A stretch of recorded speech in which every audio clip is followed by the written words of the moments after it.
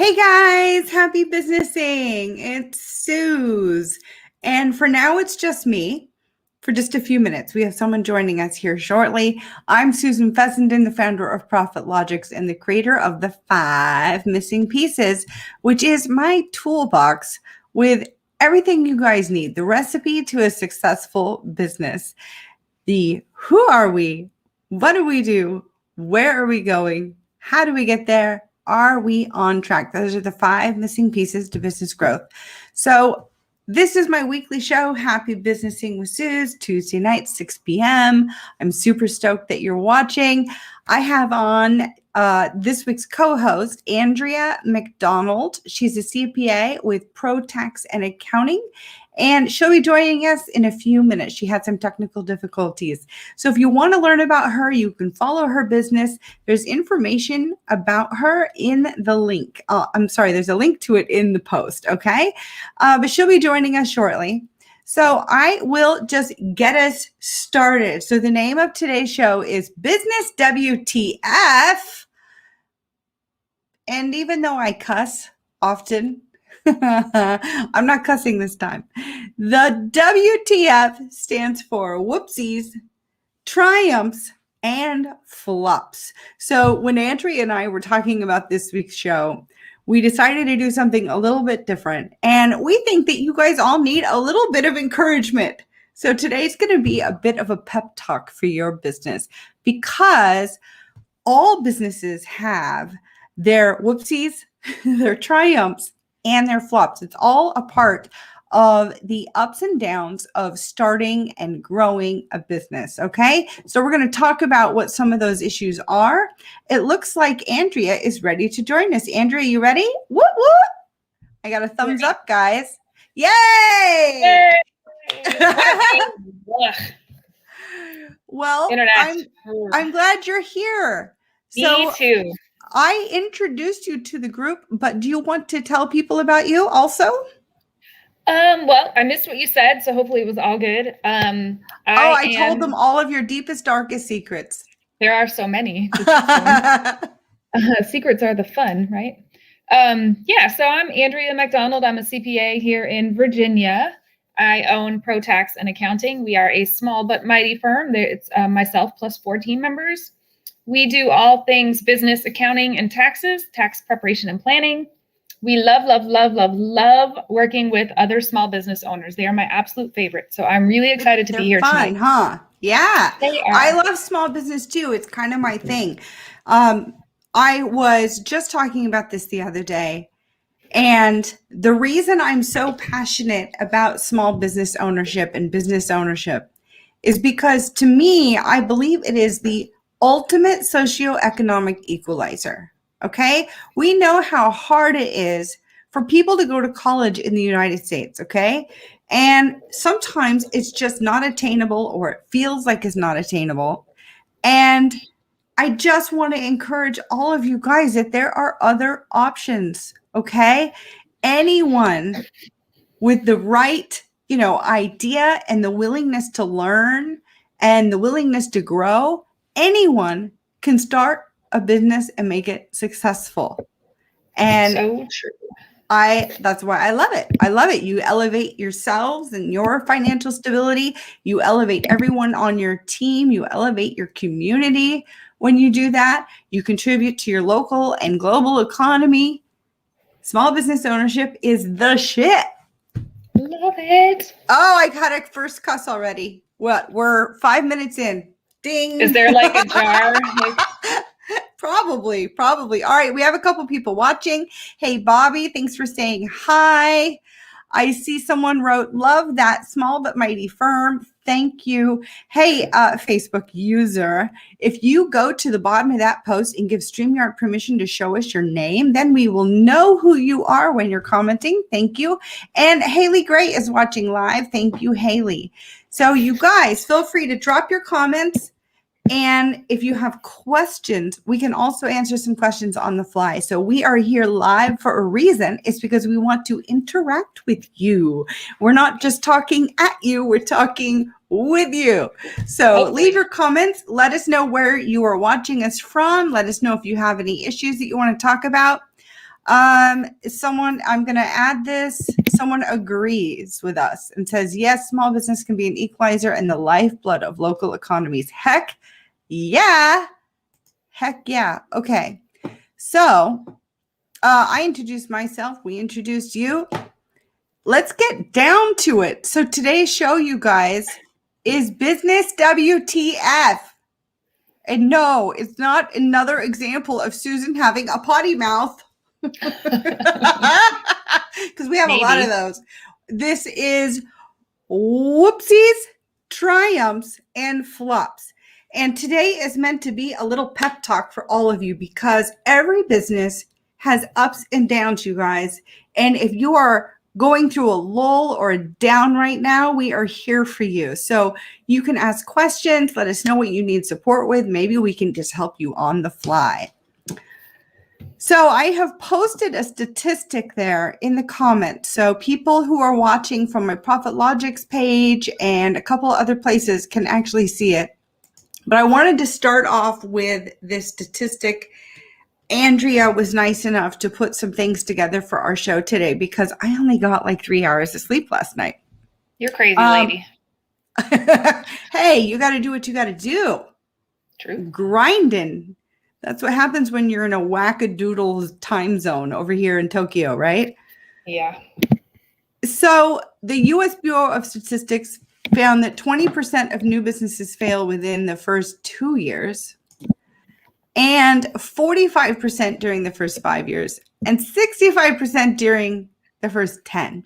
Now, I have read the statistic is actually higher. Mm-hmm. That it's like 90% within 5 years, but that's okay. It's too damn much, people. And it's avoidable. Okay. That's what drives me crazy about the statistics.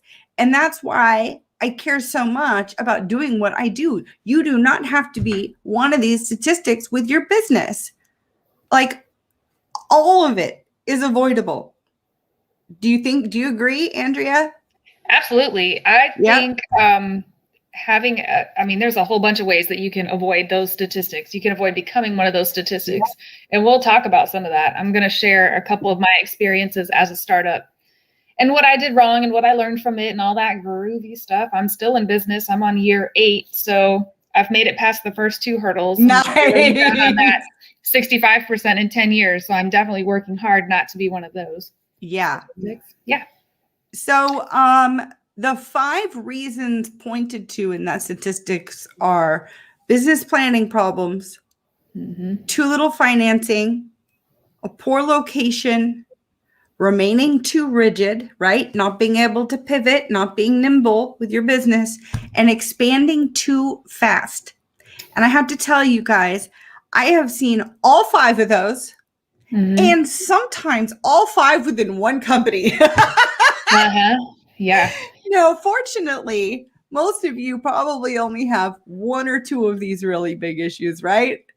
So if you guys can drop in your comments of those 5 things, and I put it in the comments, do you think you're experiencing trouble with one of those 5? Business planning issues, too little financing or capital, bad location, which is kind of weird with COVID, right? Because location is probably mattering a little bit less lately with everyone being remote, remaining too rigid and expanding too fast. So you guys drop in the comments 1 of those 5 or 2 of those 5, whatever you think that you are struggling with right now.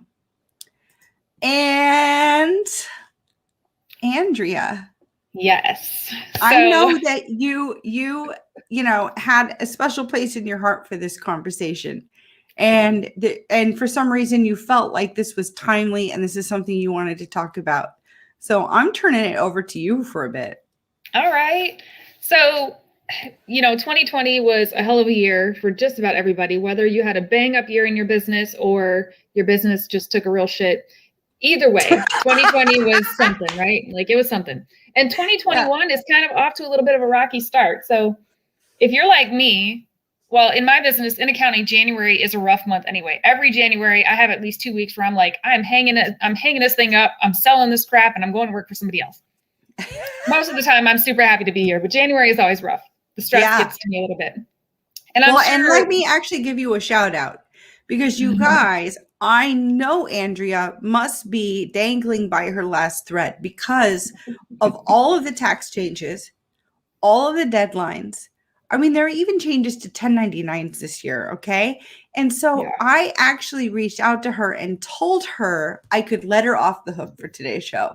I'm like, yay. Andrea, you take care of you and your business. We'll wing it and find something else to talk about. And what a trooper. She's like, no, no, no, no. We're going to do it and we're going to have fun. Yeah, I only get to do this once a month, so I don't want to miss you guys. Thank Yeah, you. yeah. So I have to say, of those 5 things, my first couple of years in business, I think 3 of the 5 applied to me. It was rough. Wow. And one thing I want to add, so in those 5, it talks about too little financing. I also think too much financing is a huge problem for startups, right? They Yep. have so much debt and they don't have enough cash coming in to meet their debt obligations. That wasn't mentioned, but that was one of the ones that got me. So adding that, I actually have 4 of the 5. Didn't really have a business plan. I bought a national tax franchise territory and they basically hand you an operations manual. So they really didn't require you to have a business plan. Okay. So I didn't have one. My location was good.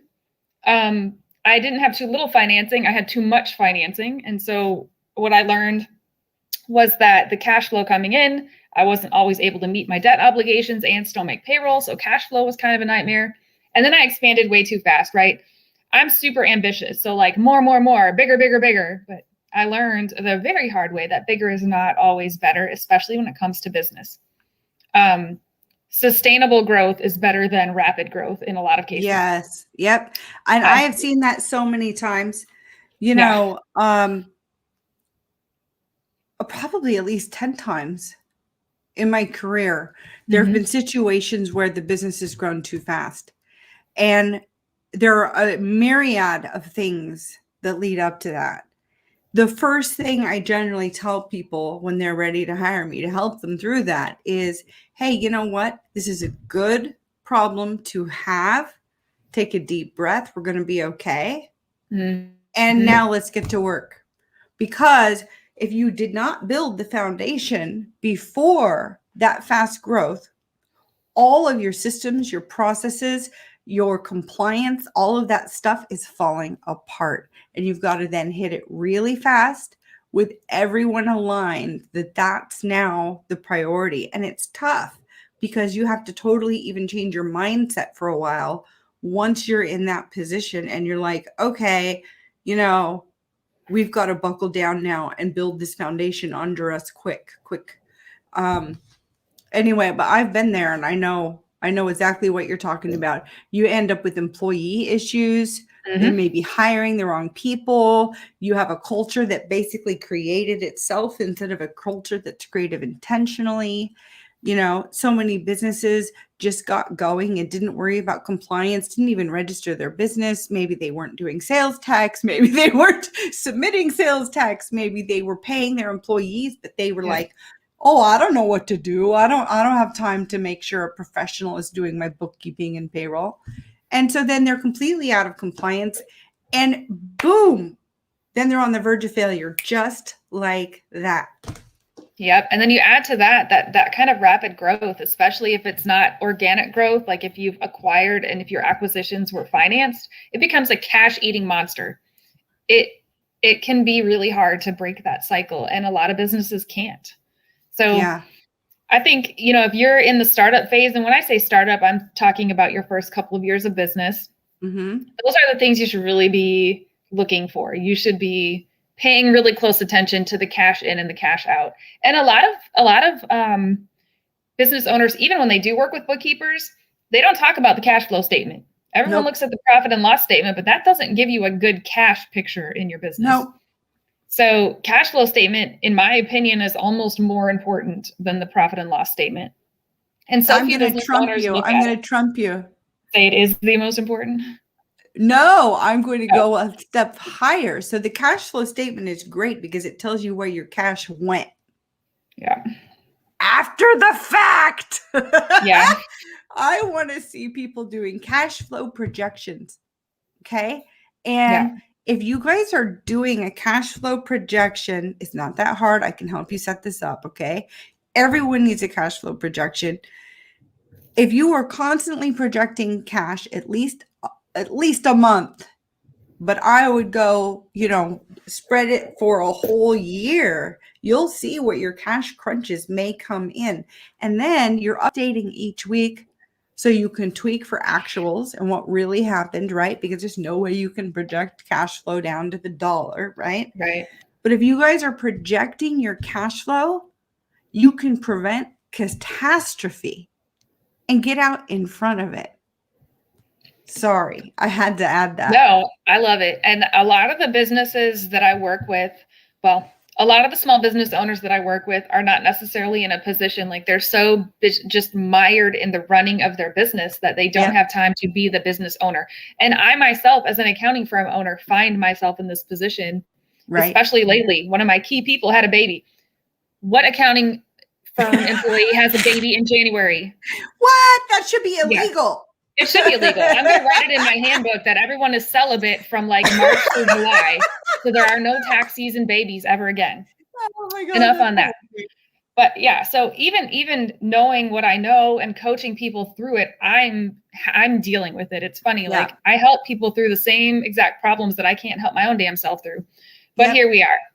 So it was on my heart to talk about this kind of stuff because I feel like with 2020 being the wacky year that it was and 2021 off to a rip-roaring start, there might be people out there who are just really struggling to keep a positive mindset and don't necessarily know what next steps to take. And of course, I love the services that you offer. And I love, Suz, your desire to help business owners and the time that you donate. I mean, you are willing to have like discovery calls with anybody who wants to have one with you, which I find to be so valuable. So I felt like this was a great topic to have on a show with you because you bring that value.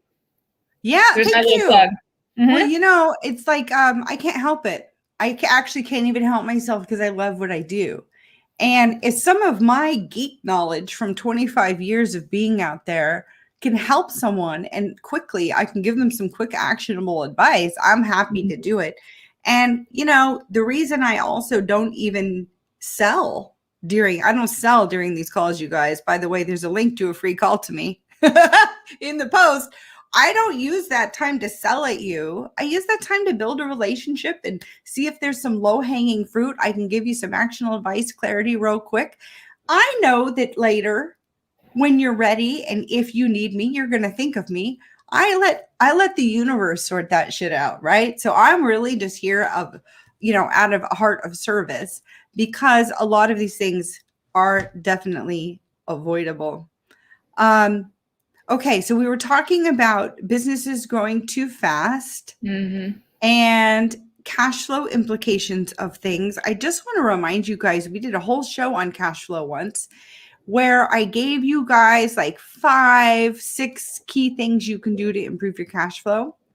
So I'm going to just, if I can remember, I want to bring some of those up. Remember that you can, through your relationships, both with your vendors and your customers, drastically change your cash flow situation. Okay. So that means adjusting your terms with vendors. Yes. Love this one. To match up with the timing of your payroll going out or your payments to vendors and matching that to when your customers pay you. Okay. And I know every business is different. If you're selling products and you're invoicing for them and you have terms, right? It can get a little bit tricky, but you can still adjust it. Even if you can adjust the time by 10 days. I'm getting paid for my receivables before payroll goes. It's an improvement. And you can, shorten the gap of your cash flow issues. And there are things, I've had to do that so many times in my career. It's not even funny. And I had times where I would come into a company, they were totally screwed on cash flow. They had maxed their line of credit and been at a max of their line of credit for like 5+ years. Okay. But within 6 months, I got them entirely weaned off the line of credit. And we never touched it again because of simple things, building relationships with your vendors. When you have excess cash, you can then negotiate with them, maybe save a little money and get some discount. Yeah, And early pay discounts. Yep. And remember, I had on Elaine Dodson O'Gorman. Am I saying her name right? Or maybe it's anyway, I'm so sorry. Elaine was on with Invoice Care, and she also talked about this stuff. So if you guys want to find that prior show, it was excellent. We talk all about cash flow. And anyway, so cash flow, I think, is ultimately the single business reason businesses fail. But the reasons leading to those cash flow issues could be a mix of all of these other 5 things that we mentioned in the post, right? Definitely. All right. So I said I wasn't going to do all the talking this time, and here I am, Miss Chatty Go, Suz. girl. Do we have any questions, you guys? Thanks for watching. Ask a question, leave a comment, let us know where you're watching from, say hi, whatever. It helps the show a lot if you can comment, because then more people will see the show. That is the algorithm at work.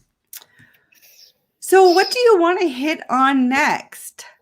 I think we can talk a little bit about what I kind of call middle-aged businesses, which are beyond that 2 years, less than that 10 years, beyond Are you 10 calling years. me middle-aged?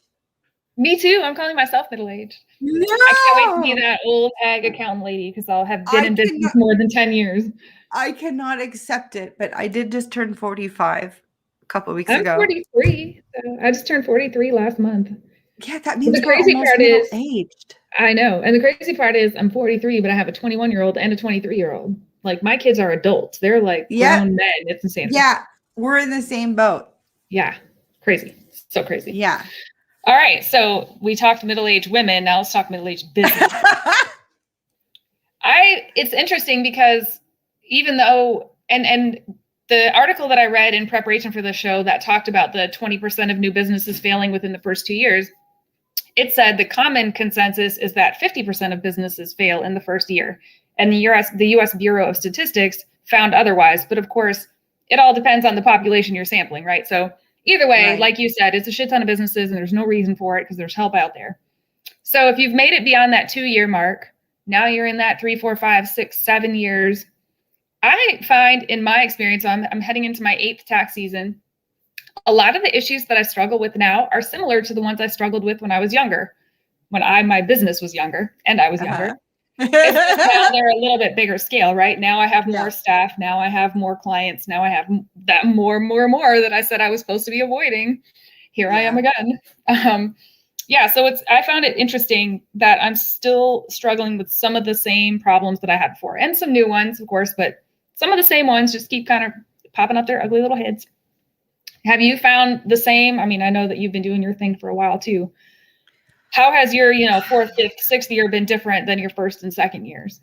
Well, I'm in a unique situation. So I spent most of my career actually working in small businesses as like a VP of ops, the number 2 generally. I'm great in a support role or interim CFO or CEO. And I started a consulting business quite a few years ago, sort of just out of necessity. My mom was diagnosed with breast cancer, and I needed a way that I could take care of her and have flexibility. So I thought, you know what? I have a little bit of money. I'm just going to register a business. I'll start helping these small businesses and consult. And I was really scrappy. I knew where to go to find opportunities. I mean, back then I would go on Craigslist and see where people were looking for help. Sometimes even when they were looking for an employee, and I'd be like, hey, I can help you with that in like 5 hours, So I just did some consulting and I was able to survive and be there for my mom. But what I learned really quickly is that a consulting business in and of itself is not scalable, period. Because as long as it's just you, there is a finite number of hours that you can work and services you can perform, right? But this was like 10 years ago. So I knew going into this venture 2 years ago that I needed to programmatize me and I needed to programmatize my experience.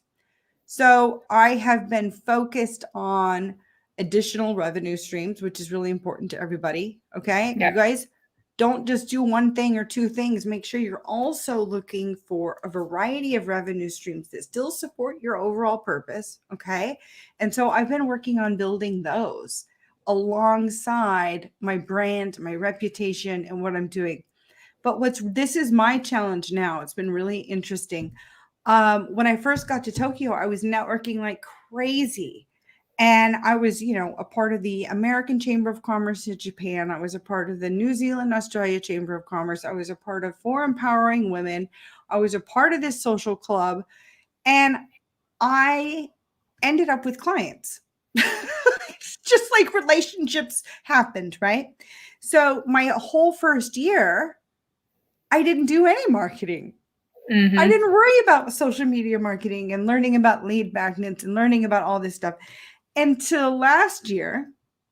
So last year, I actually started having to go through that learning curve, and it has been brutal, the amount of stuff that I've had to learn. And thankfully, I found a variety of people to help me. I got help, you guys. Don't try to do it all yourself, right? Amen. Like Yeah. this is like a big mistake a lot of people make. And I tend to be a do-it-yourselfer because I'm scrappy and I'm like, I don't want to pay and I can figure it out. Oh, good Lord. If on every one of the things I tried to do myself, I had just hired someone to do it that knew what they were doing immediately, I would be farther along. Let me just tell you guys that. It's money well spent. If it's not your strength, don't do it. So that's where I'm at in my business. So the challenges that I'm facing are new challenges to me.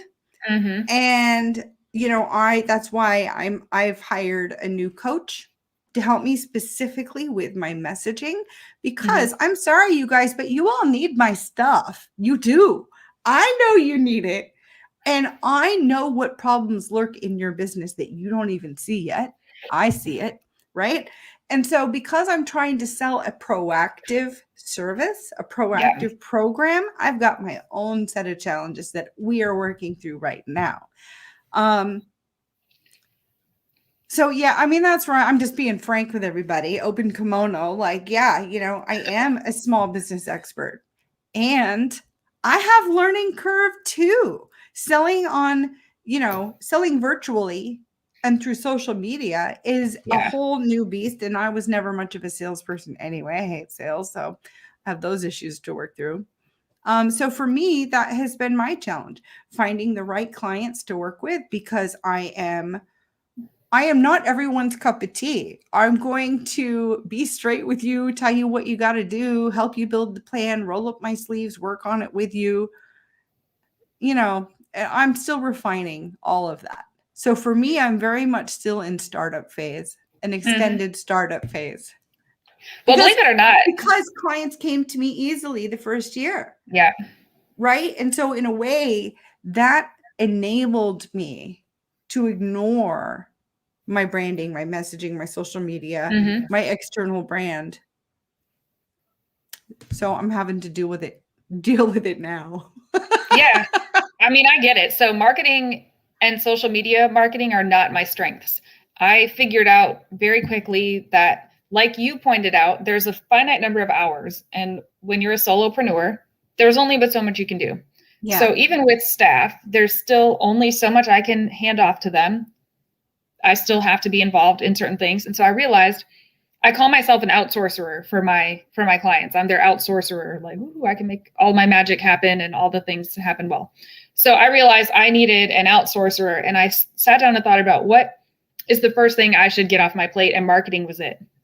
So I work with a local marketing company. I actually met her through BNI. She's in my BNI group. Cool. And I handed off my website development. She does all my social media posting, all my blog posts, everything. That way that I know that I'm having a consistent message go out. It's still in my voice because I still review everything, but I'm able to focus on growing my business. That said, it's still a little bit of a challenge, making sure that everything has the tone I want it to have. And, I can totally relate, you guys. I did the same exact thing. So I was trying to fumble around making my own posts for a long time. Yeah. And then I had this long-term relationship with a designer, Arana Velarde. And she had helped me do an e-course a few months prior. And finally, I'm just like, oh my God, will you help me set this up and teach me? And so that was the initial plan. And then the stuff she was making were so gorgeous and so much better than what I ever could have done. And you guys, I mess around in Canva and will retweak something 100 times because literally I don't have that design eye. Like if someone shows me something, I can say, ooh, I don't like that, or that should be over here. But for some reason, when I'm in design mode, I overthink it and spend forever. So I finally ripped the Band-Aid off, outsourced all my social media to her, and we created a system so I could review them all and to make it super efficient for her with an overall strategy that we worked on together. And it's incredible. It's incredible. If there's a post that maybe doesn't sound quite like me, I can edit it on the fly. And I was so blown away that now we have partnered, and now I'm offering these packages on my website in partnership with her. So we can manage your social media too. So, and branding. Yeah. So there I just snuck in a plug. Sorry, guys. But it's true. It's been such a relief to know that my brand is in good hands and I don't have to worry about that. We check in, we talk about new things that we want to incorporate into the social media messaging, and she does her magic, and it's lovely. It is lovely. And when I met with Stefan is the owner of the company that I work with. When I met with Stefan the first time and we went through everything, and then she presented a quote to me, I had a little bit of sticker shock at first, but then I sat down and thought to myself, okay, this really is just 2 tax returns a month. Yep. Right. Yep. So if it's costing me 2 tax returns a month, but it's saving me 10, 15 hours of work, how many tax returns can I finish in that 10 or 15 hours? Totally. Or how many clients can I find and have my staff finish the tax returns, right? So it definitely has been a worthwhile investment. And what I've learned in the 8 years I've been in business is to stop being penny wise and pound foolish. Yep. Sometimes you save more money by paying money, right? Like it makes you more money to pay somebody else to do things that you're not the best at. It leaves me time to do what I am the best at, which is the accounting, which are the tax returns, not the Facebook and the LinkedIn. Same. Yeah. Same. So my challenge to everybody tonight who's still listening, hopefully there are no sleepers out there right now. Well, we're on at dinner time for the Pacific Northwest, so that's kind of my problem. I cannot wait to get out of Tokyo, so I'm in a normal time zone for you guys. Yeah, come to Virginia Beach. Woo. I'm coming. That's the plan. So my challenge to everybody tonight, this afternoon, tomorrow morning, wherever you are and listening, is to look at the tasks on your plate and choose one that you might be able to outsource. Really think about what would be the one thing, if you could get rid of it, would just give you just a little bit of breathing room, and think about how you might be able to outsource that, who you might be able to outsource it to. It could be, when I say outsource, it could be somebody on your staff who could take it over. You may have somebody who's chomping at the bit to have more responsibility. Give it to them, y'all. Give it to them. There usually is. So that is my challenge to you. I love it. Okay. Homework, everybody. Homework. So business WTF, whoopsies, triumphs, and flops. You guys, we have seen it all, and we've even experienced some of it. So if you are struggling right now, please don't be discouraged. There are people out there like me and like Andrea and lots of other people that can help you. We're ready, and we're here for you. So please do not feel discouraged. Do not feel beat down. Do not tempt yourself with just quitting and throwing in the towel. And you know what? There may be a situation in which that is the best way. And if that were true, I will tell you after we look at your shit. I will tell you. I'll be like, yep, you know what? This is not the right time for you, or this is not the right business model for you. But get some help. We're here to support you. And, if you listen back to this show, hopefully, if nothing else, what has come through is that Andrea, hugely successful, total rock star, has made some mistakes and has had to make some adjustments. Susan, who has seen, 100 businesses now in my career and their issues, I'm an expert and I have things that I struggle with. I also have to hire help. So there is no shame in having some struggles. The only thing that you should be ashamed of is waiting to address the problems, right? And putting it off because there is support for you. I want to touch back on the 5 things that the Bureau of Statistics say are leading to these business failures real quick again to close. So business planning problems, and what I thought was fascinating, they also said remaining too rigid. So this is something I really want to touch on for a minute. As you guys know, I work one-on-one with you in 90 minutes a week, and we build a plan, not a traditional business plan, because those are not always useful. We build a profit launch plan, and you build in different phases of your business. And yes, you need a plan, but you do not stick to that plan no matter what.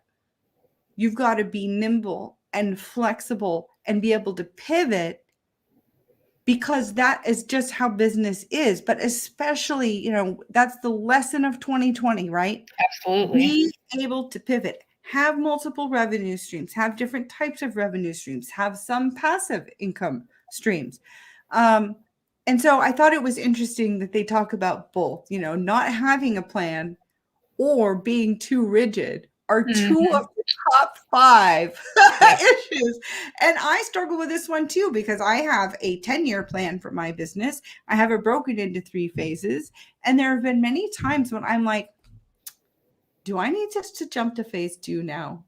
Or do I skip phase 2 and just go to phase 3? But these types of inquiries are important to have. So you have the plan, so you have enough information to move forward and build the foundation and execute. But you also need to remember you're not married to it. You can adjust and tweak. We talked about the cash flow, the too little financing. We talked about the expanding too fast, which is really common. And, you can prevent some of those issues by building the foundation early. Okay.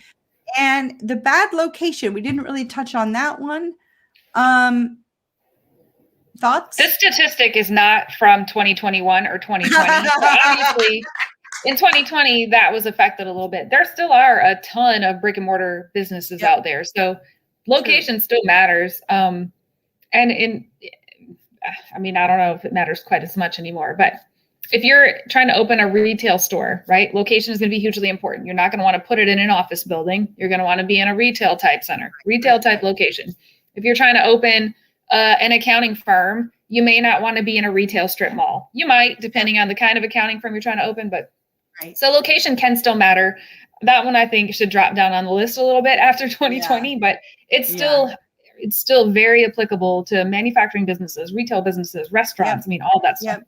Still well, and I was helping a nonprofit, Jasmine's Journey, last year, and she was looking for places for her thrift shop. So the thrift shop is their main revenue generator to fund the self-sustaining nonprofit that helps kids coming out of the foster care system and being that transition point to adulthood, right?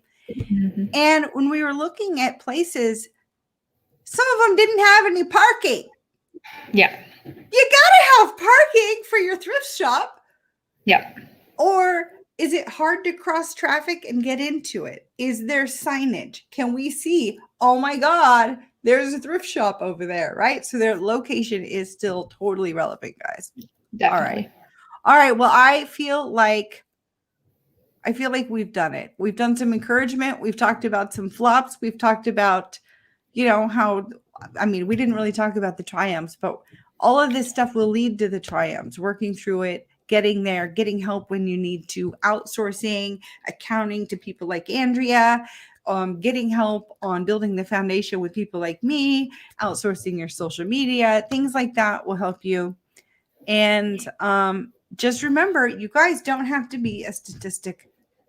99% of this shit is avoidable. It definitely is. And remember, y'all, triumphs don't necessarily mean big blaring unicorns flying and rainbows everywhere. It could be small. It could be that you made an adjustment and now you can take off every weekend, or you now have weeknights free with your family, right? Like it could be, they don't have to be big, huge, big, hairy goals, right? They can be little things that just improve your quality of life, improve something in your business. I really encourage you to look for the positive, especially if you feel really mired in the negative, because positive mindset goes a really long way towards helping you get over that hump.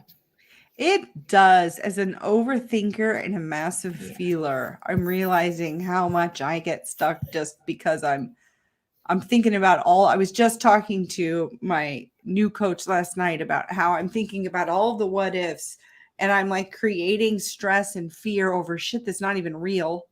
Things that I feel and things that I'm worried about. Like we all do it. But a triumph for me can be as small as, hey, I went live today. And I was able to connect. And you were able to fix your internet issues. And we were able to have a good show and a great conversation. So, Andrea, you are so amazing. You guys, I have recommended clients to Andrea for a reason. I trust her completely. Do you know why? It's because she wasn't just a CPA her whole life. Okay. She also did the managerial side. And so I know she gets it. She gets it. Okay. So if you need any help, she's there to help you. Let's do a quick shout out. So we're streaming live to Bedrock Business Builders, which is Joe DiChiara. I always struggle saying some of these names. Joe's group, and Joe's also a CPA and does bookkeeping. He's wonderful and super fun. I've had him on the show before. Women's Entrepreneur Network founder Haley Gray. She's amazing. She's also one of my recurring co-hosts. We are streaming to Skyrocket Your Biz, aka Brain. That used to be Business Resource Advice and Inspiration Network. So hey, Brainers and Brainiacs, we're streaming to Business Growth Together, my free public B2B advertising group, about 6,500 people in there. We're streaming to YouTube. Hey, YouTube, what's up? And we're streaming to LinkedIn. Howdy. Hello. Hi. All right. Thank you so much, Andrea, for being here. That's cute. Is this your queen? It's my queen wave. Yes. I'm going to put on the crown. Nice. Awesome. Well, thank you guys for watching. And thank you, Andrea, again. And happy businessing. Have a good night, y'all.